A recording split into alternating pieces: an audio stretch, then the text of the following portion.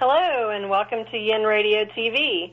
This is Twin Flame Love with your guest hosts, Skye and David Dunn.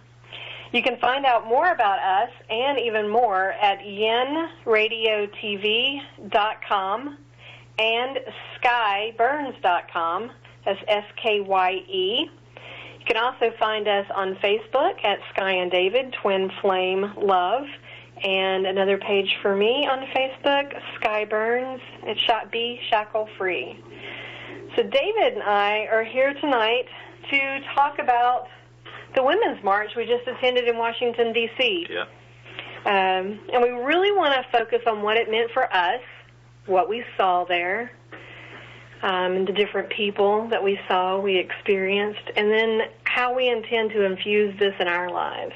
And if you're interested, how you can support and strengthen our country, our world, by infusing your own love and your own way of working and helping to combat anything that would take our rights away. Yeah, and it's not just about, what we're dealing with, what we're facing, the challenges, but how. And, that's one of the things that left such a mark on us after experiencing that march was how everybody was and the feeling that came from seeing so many people in the same place, everybody smiling, treating each other properly, the kindness, the strength. It wasn't people snapping at each other. It was all these different people from walks of life all coming there to support each other and to be there for each other.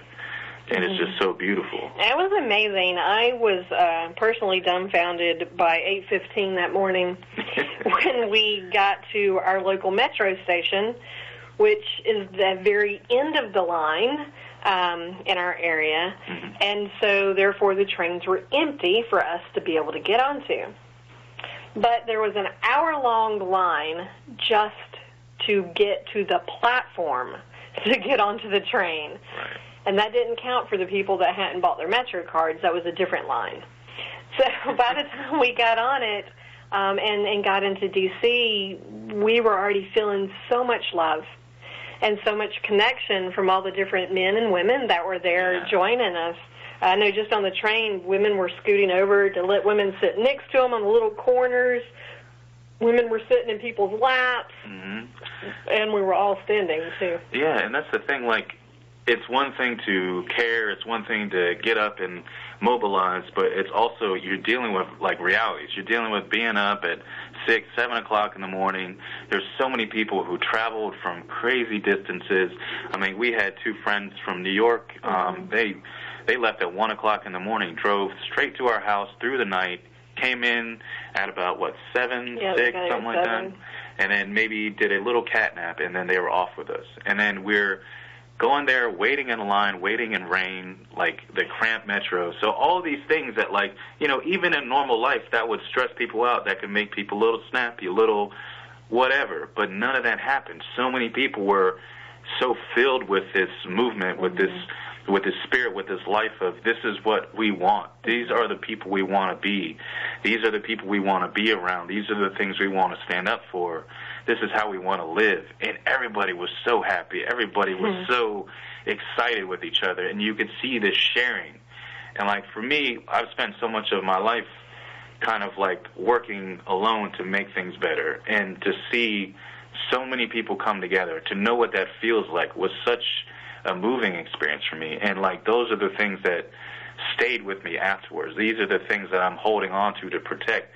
Because it's so hard, when you're dealing with the days after where you still have that glow about you, but you also see the darkness of, people responding to things as they're going on and how easy it is to slip into getting snippy with other people or, taking this competition mentality of their side versus our side. When really, when you think about it, when you get past all that and everything's okay, if we ever do on someday, that's okay. Who do you want to be? What type of relationships do you want to have? And we got to see that there. So even amidst the struggle and the challenges and the very real things that we all face and we're scared of, that grace and that beauty was there. Yeah, that really blew me away. There was not a hostile person. There wasn't a grouchy person. There was nothing rude. And that that just blew my mind, honestly, because we live in a very large city, the nation's capital, and we're used to, to people being a little pushy, to people getting irritated if you got in their way, or gosh, we waited for an hour to use the porta potty. And the whole time we were in that line, we made friends. People were laughing and joking about going behind a tree or whatever we could do. And then when it came time, we got up to the front, women were saying, there's no toilet paper. Do you need napkins? Right. I have sanitizer. Do you want to use my sanitizer? Here, I'll hold your jacket while you're in there because, let's face it, nobody wants to take that stuff into those places. So, and there was one girl I actually had to unzip. She was wearing a cat suit, so she couldn't even do anything. So I had to unzip her before she even went in. But that was the community that we saw. That was the love. I grew up in church, and I never saw this magnitude of kindness and compassion and love in church. Like, I've never seen it. And these are we're supposed, not even going to bring up any negativity. These are the people that you were taught not to think will be the kind, sweet, gentle, especially if you grew up in the Bible Belt. But these are the people that were the kindest. There was a smile on everybody's face. I've never seen so many people put something else ahead of them and say, we're all here for this, let's all pitch in. Everybody was pitching in. That was the focus. It's not my wants or how I'm feeling. It's let me share this with everybody and let me live in this space where we're sharing. Yeah. I mean, God, we saw all walks of life, every single different ethnicity. I mean, God, and the amazing pink pussy hats everybody was wearing, and we saw this one girl who had a pink hijab on and then the pink pussy hat on top, and you could see her being slightly nervous because there's so much, everybody has these connotations floating in the air, but then everybody would thaw. It's like everybody came together and created this space that was almost like this love heater, and you walk in and you can feel the warmth, and you start taking off, your coat, you start taking off your preconceptions, you start taking off your nervousness, you start shaking off that, I'm tired or whatever, you get energized. Or even your insecurities and your fears. For me, I struggle being in giant crowds, like at the mall at Christmas, forget it. I'm not going because it stresses me out, the energy of everyone else. And I'm very empathetic, and I can feel different energies easily. I felt nothing but calm and love. Yeah. In the midst of not being able to walk, we shuffled. We only were able to shuffle. We walked what usually takes maybe 5 minutes. Really, it shouldn't take more than 5-10 minutes to talk. It took us over an hour. Yeah, just because the massive amounts of people. And I realized the numbers they posted are very low. We were there. There was easily 1.5 million people there, because just the metros alone had over 1 million people, and people were taking charter buses. People drove in. People that lived there didn't need in the district didn't need the metro. They could just walk. But there were so many, and it was just a sea of pink. Yeah, it was beautiful, and so that's some of what we saw. I want to go back just a little bit for what it meant to us, and then go deeper into what we saw. But the different people were just amazing. So what this meant for us, for me in particular, I'm going to show my age a little bit. I was 7 when I sat down in my bedroom and started pouring through my parents' green encyclopedias. And because we didn't have Google back in the 70s. So I remember going through those and reading. And the thing that inspired me the most was reading about the protest marches, especially that Martin Luther King Jr. did, because they were all focused on peace, and they were all focused on equality. They were focused on people gaining rights that were already inalienable rights. And so I wanted to be a part of something like that since I was a child. And I hadn't gotten to do that yet, and I was still looking forward to something that just moved me so much that I could get out. Well, most of you have heard my story, and you know that I come from a very abused background. I've been raped. I've been molested. I've been gaslit. And if you don't know gaslighting, just Google it. You'll see it's usually used as a domestic violence tactic. We're seeing that a lot right now in the media. Mm-hmm. But all of that was going on for me growing up. And so when the opportunity came for me to go and stand for other people, to have their rights, to make sure that the privileges that we've been afforded by our government are not taken away from us. So I went to make sure that every man, woman, and child, non-dependent on what their gender identity is, non-dependent on their ethnicity or religion, but completely solely dependent on the fact that they are human, that they get what has been legally afforded to them, and then that's not taken away. So I got to watch, knowing that these things that I believe in, that we are able to take care of our reproductive bodies, that we have the right to say what happens to our reproductive bodies, that we have the right to stand up and say, no, this isn't right. We can dissent. All of those are afforded in our Constitution. And so for me, this meant finally getting to stand up. I was born 2.5 weeks after Woodstock, and I must have taken in some of that consciousness of that era. And as soon as I said that at the march, I smelled a whiff of sage in the air. And I knew, yes, I have taken on that energy, and I came here for such a time as this to help us all see, to help us all remember love, to help us all remember that we are the same. If one of us falls, the other one is going to stumble as well. We have to help lift each other and continue to move them. So when I got there, coming from my own insecurities, my own fears, my own abuses, where people didn't stand up for me, where people would tell me that I was imagining my abuse, I was imagining being raped, I was imagining being shot by my father. There's no way he could have done that. He was a deacon in the church. That's the gaslighting. That's the gaslighting. So when I stood there Saturday and felt the support of millions of people around the world, men and women, of every possible religion, ethnicity, etc., I finally knew that I was safe, that other people would have my back as well, and that finally in my life, if an abuse happened, someone would be there to lift me up. Right. Someone would be there to speak out for me.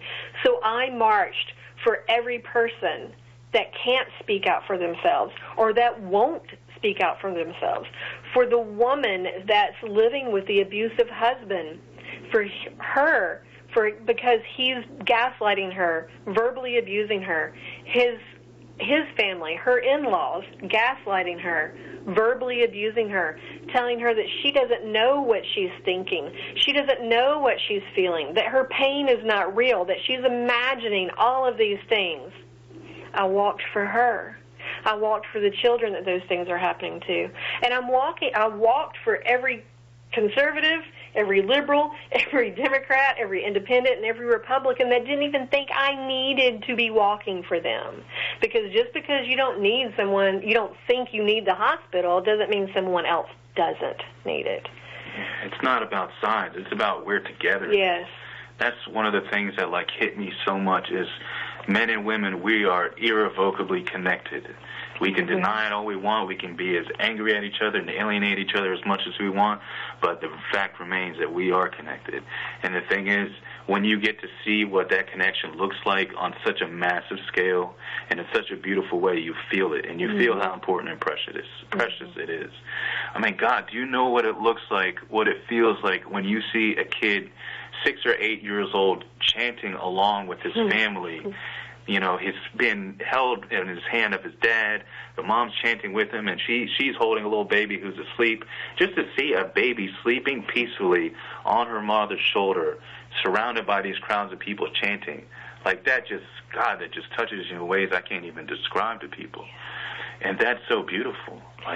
And the chanting was all about love. Yeah. I'm not going to say there wasn't one chant about our current president, but everything else was about love. Everything was focused on, I'm here for you, I'm here for you. Love trumps hate. Yeah, that was one of the biggest ones. It was amazing. It's about love, and it's about connection. David's so on with that because we're seeing more, and we've talked about this, how women and men are not that different, but that we're profoundly connected.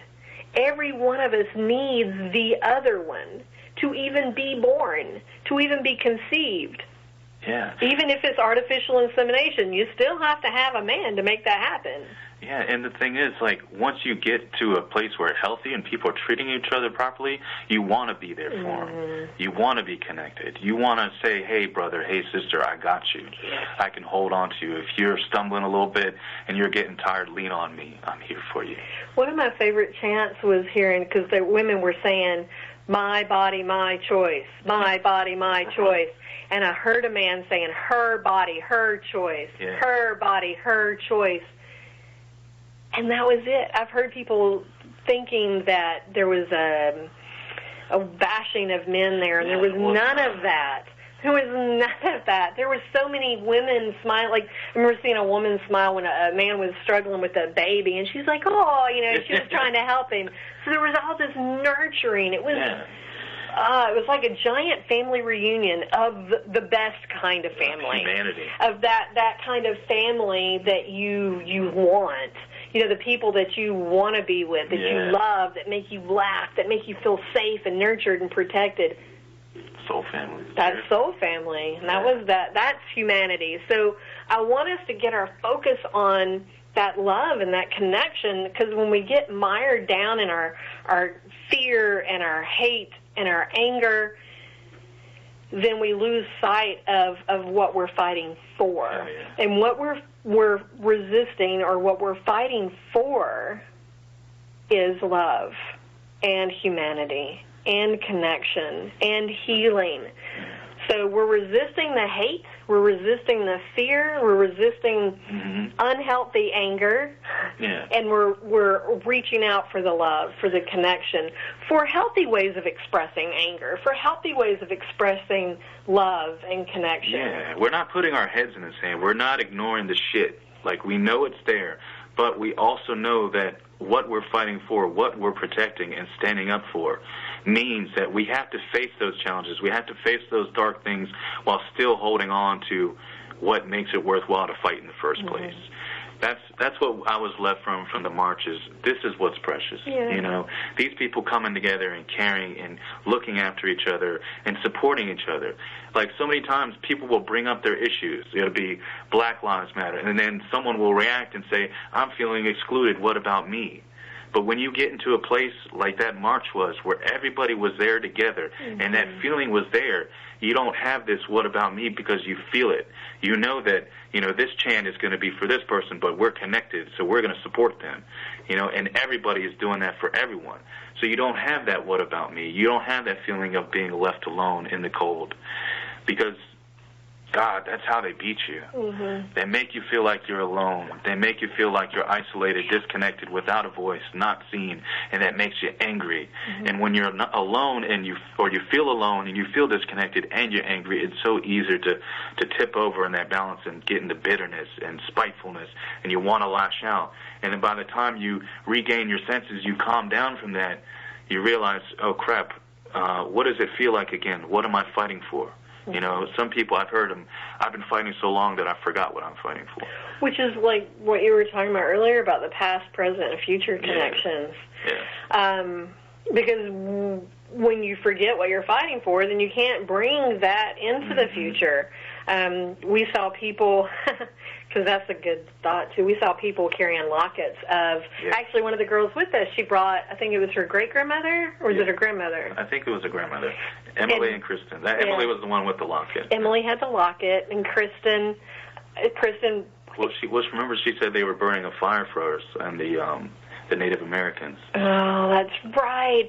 So Kristen's a part of a sweat lodge group up in New York, and they kept the fire for the Sweat Lodge going for the whole march.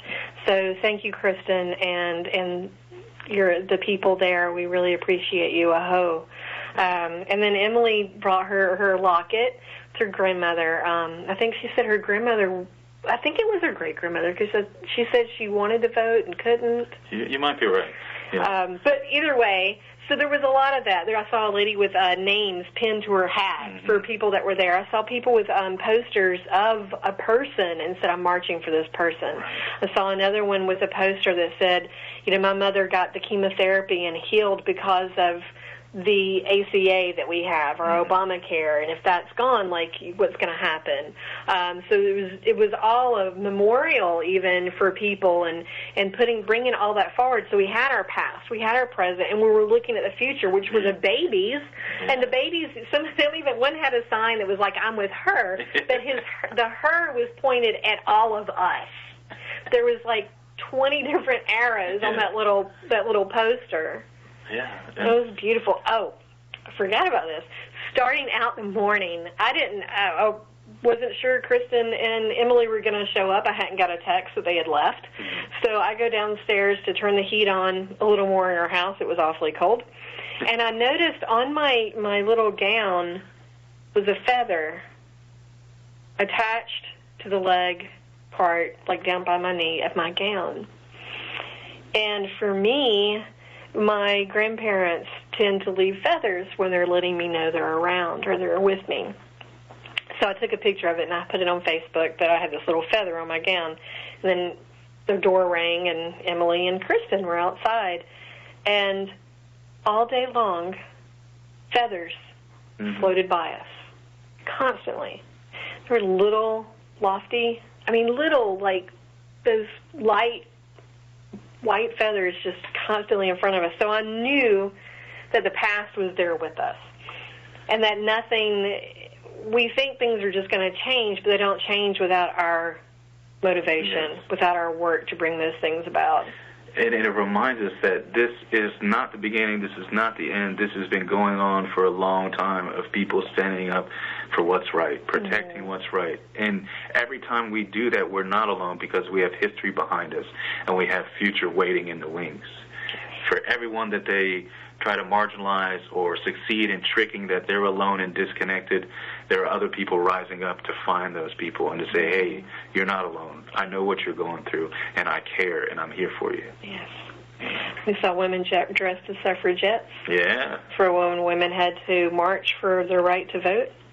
I really liked that. That was beautiful to me. And that was another aspect of the past coming forward into the present. I also saw a sign that says, I can't believe it's 2017 and we're still having to protest this.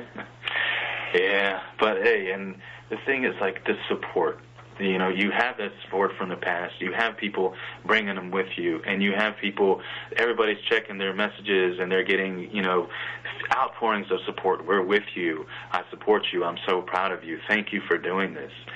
And that is so beautiful to me. And, I went there to be there for you, for women, to be the one to, in whatever way I can, support and stand up with them. I didn't expect to be healed by the thing, but it did. Because for me, one of the things I've worked so hard on in my personal flaw or scar or condition is how much of my life I spent by myself and working by myself.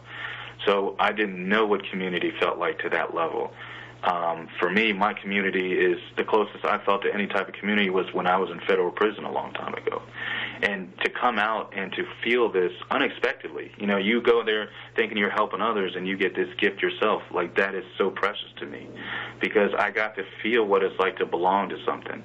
I've held in myself these standards and values I've worked so hard for, and constantly being disappointed by people around me who didn't, which made me feel alienated. But now I finally got to see what it looked like when these people did stand up and did show and shine and reflect back to me these things that I've protected so hard within myself. That made me want to cry. That made me feel what it's like to belong to such things. And it helped me see better what these people are. You don't need a fancy degree. You don't need hours of work and whatever specialization. You don't need a fancy title. You just need your spirit, and you need that part inside you that says, this is important to me, and I will risk myself to be there, not just because it's important to me, but because it's important to other people that I care about. And then extending that line. Every single time you're connected to someone else with that care, it becomes this shield or this dome that spreads out and touches more and more people. And then when you feel that and it touches inside you and you carry it with you, that's a flame that you don't want to see die out. Just like the, Sweat Lodge had that fire going. Every single person that went there, they got to feel that flame pass on to them as well. And I'm hoping and praying that everyone there is keeping that fire lit. And we're going to do everything we can to make sure that it's there, to nurture it.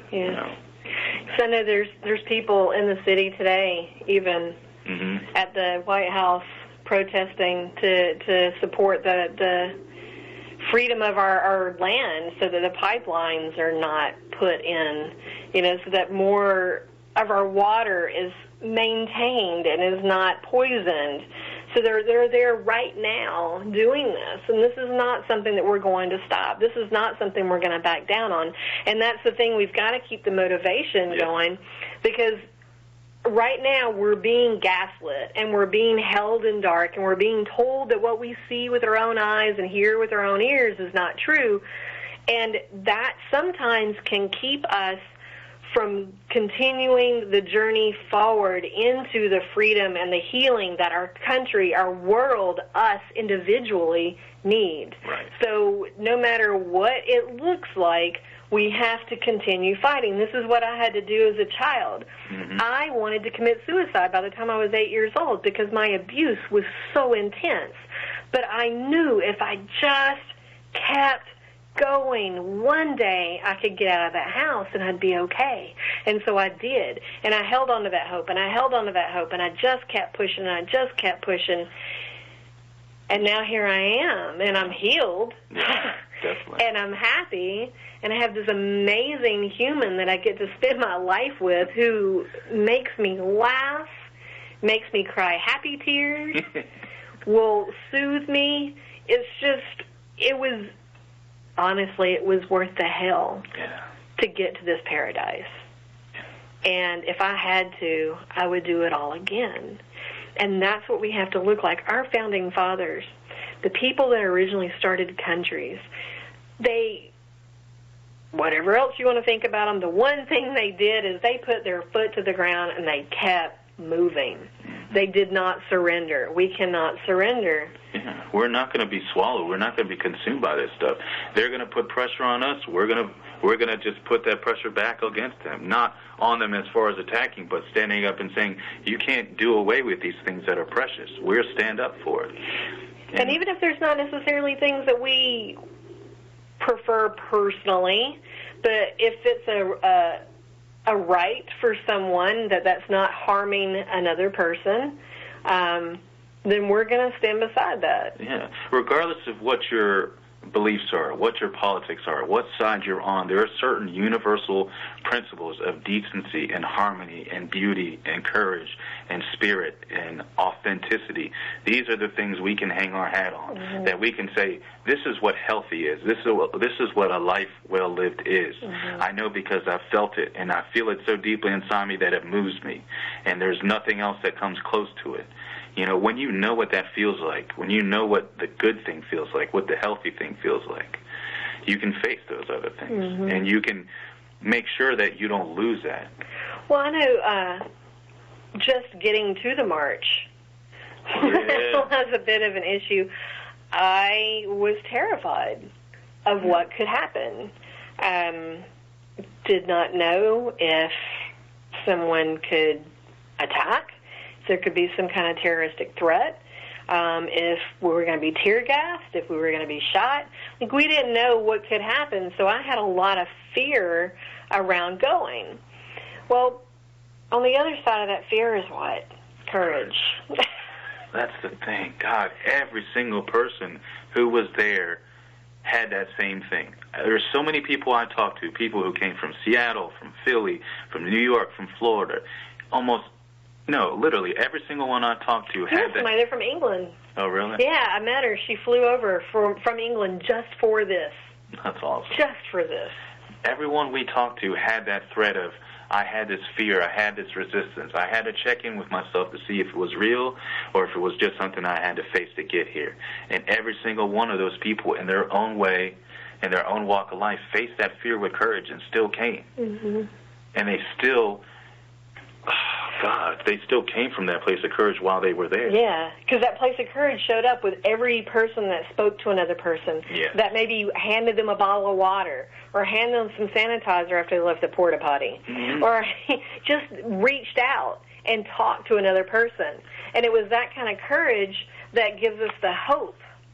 And that hope is what we got from seeing so many people gathered together, especially when in the past there was only silence and we were alone and needed help.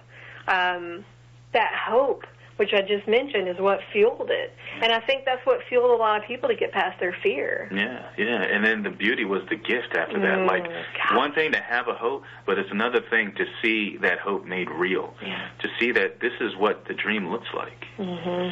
You know, that's never going to go away. Yeah. That's a part of history now. No one can take that away. You know, on that day, everyone showed up, and that left a part of their lives there, you know, and that leaves a mark forever. And I believe in every country that had this march, and it was on every continent. Yeah. Even Antarctica. Yeah, and there was all 10 of them there. 15, however many people lived there. They weren't wearing a lot of parkas. I would think they'd be a lot colder. Hey, my hat's climate off change, that's what it is. It's the climate change. It's 32 degrees warmer there than it was. Oh, that's fun stuff. Yeah. So those are the things that, for me, were incredible. I woke up that Saturday morning and looked at my phone, pulled up Facebook, and saw picture after picture after picture of people and women, especially, around the world already marching with us. And every one of their messages is, we're here supporting you. We're marching for you. We're with you. We're with you. We're with you. We're with you. And for me, no, I don't need a tissue. For me, having someone say that they're with me when something is so terrifying, because let's face it, I've been terrified since November 9th. And knowing that these people are with me and that they're supporting me all around the world, millions of people are standing together saying, no, we're not going to let this happen.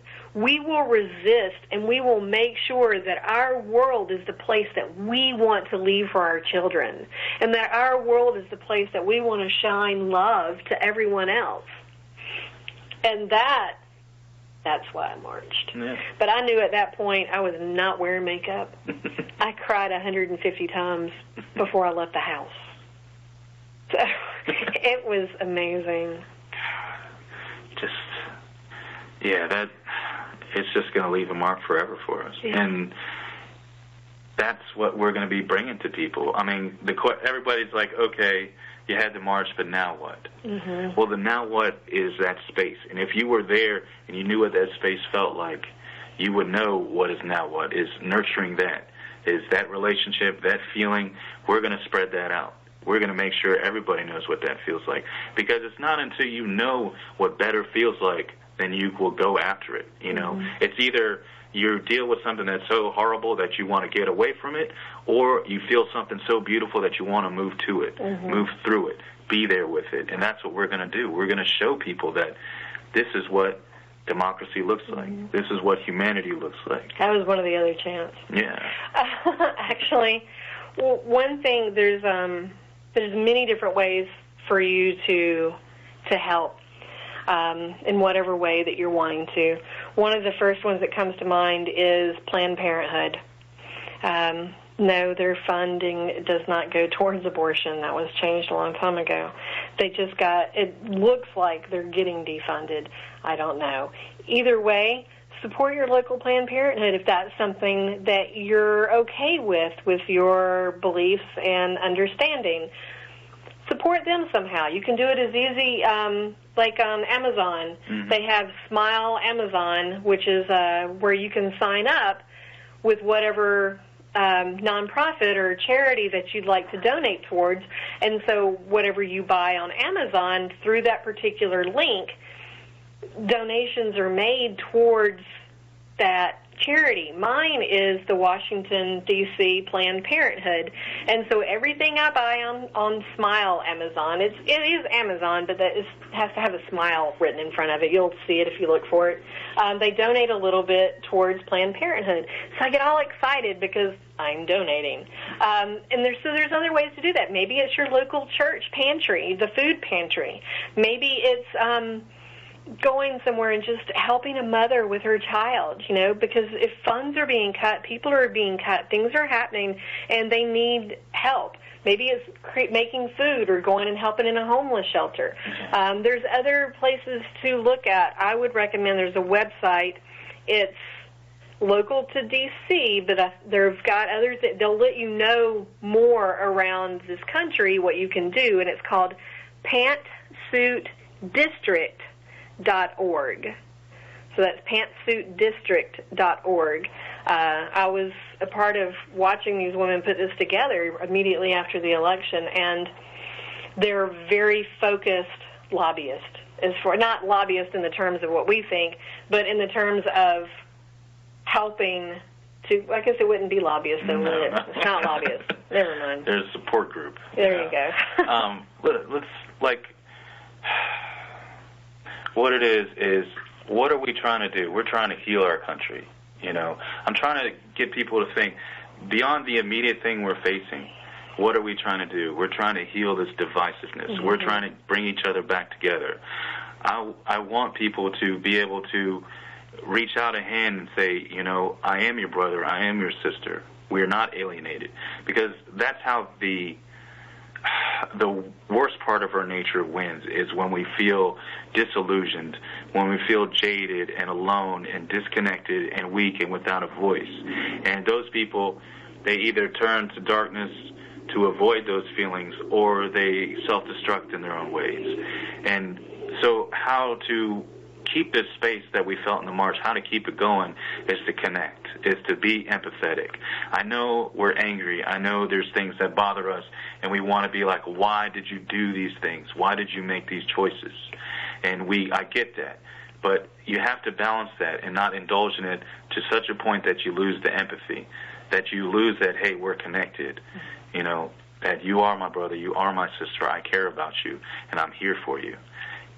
And that doesn't matter what political party, what race, what nationality, what gender identity, or religious affiliation.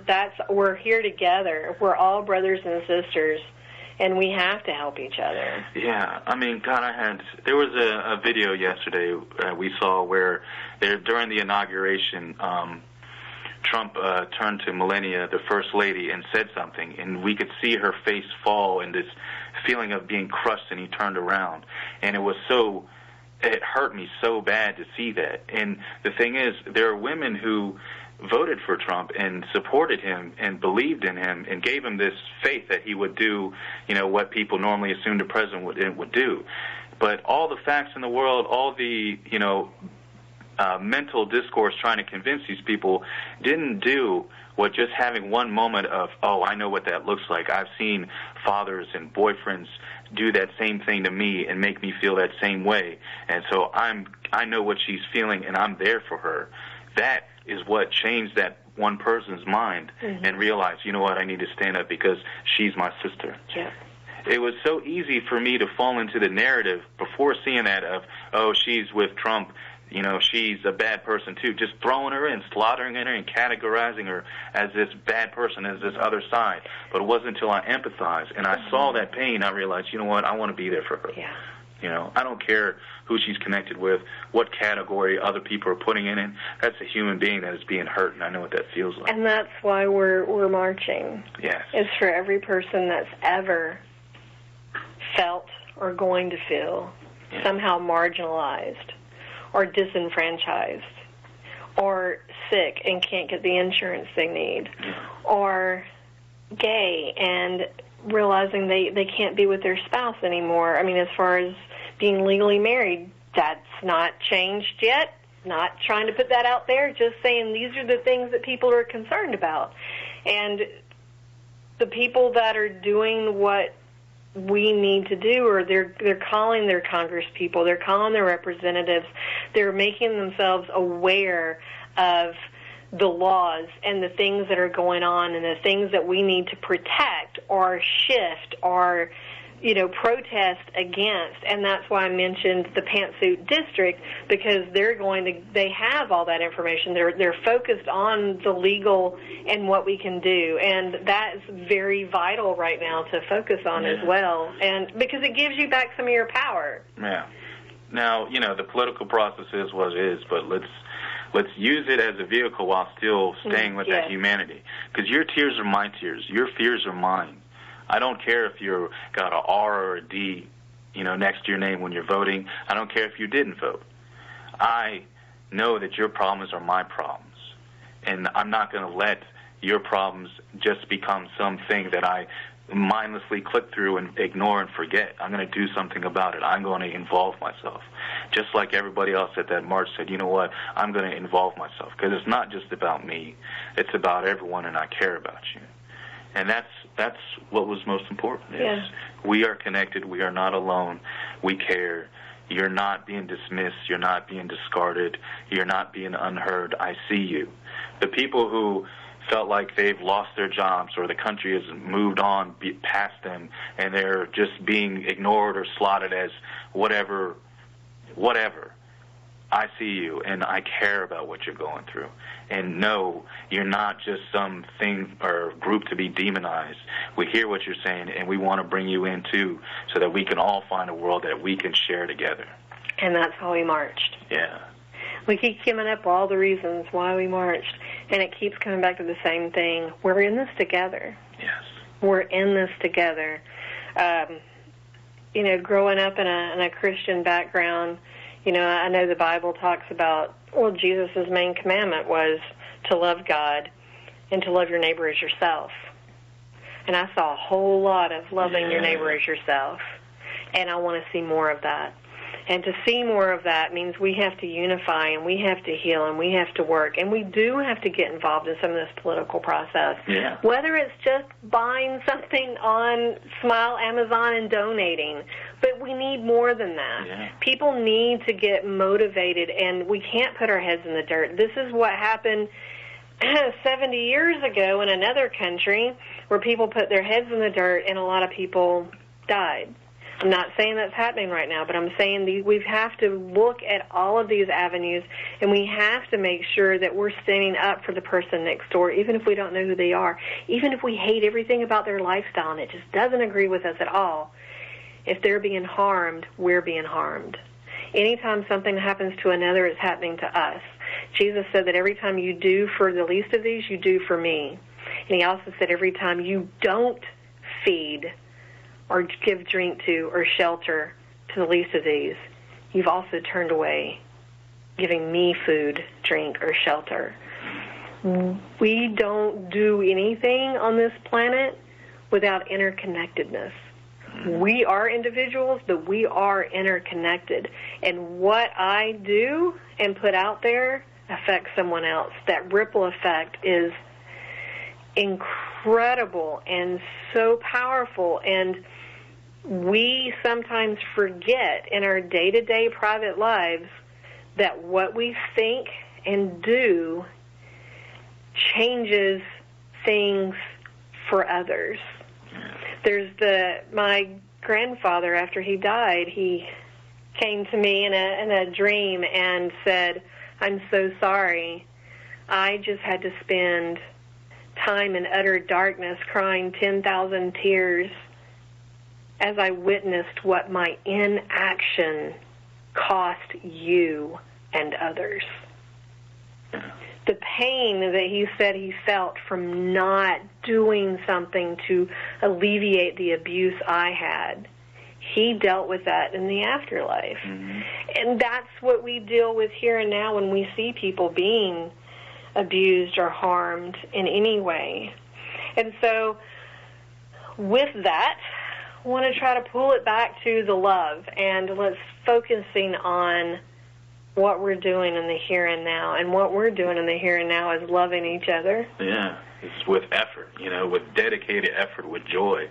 we put our time and our energy and our souls into loving each other, into being there, you know, because things are tough. You know, it's easy to do it when there's no pressure on you, but there's always pressure nowadays. And we have to be graceful, we have to be strong, and we have to be committed in our vision and in our heart so that we can face those pressures and still make the right choice, you know. And even if it looks like you're standing alone, you're not. I'm here. You know, you may not feel it, but one day you will. I say that as a person who has spent most of their life feeling alone and never believing that, God, that I would have someone to do this with. Even my dreams. Most of my life I hardly dreamed at all, but when I did, it was always me alone in this Armageddon landscape trying to keep the world together, because that's how I felt deep down in my body, that I was doing this by myself. But I can tell you now that I'm not. And even when I felt like that, there were still people around me, people in other rooms, other houses, other states, other countries that were going through the same thing that I was and still abiding by these beautiful things that make life worth living.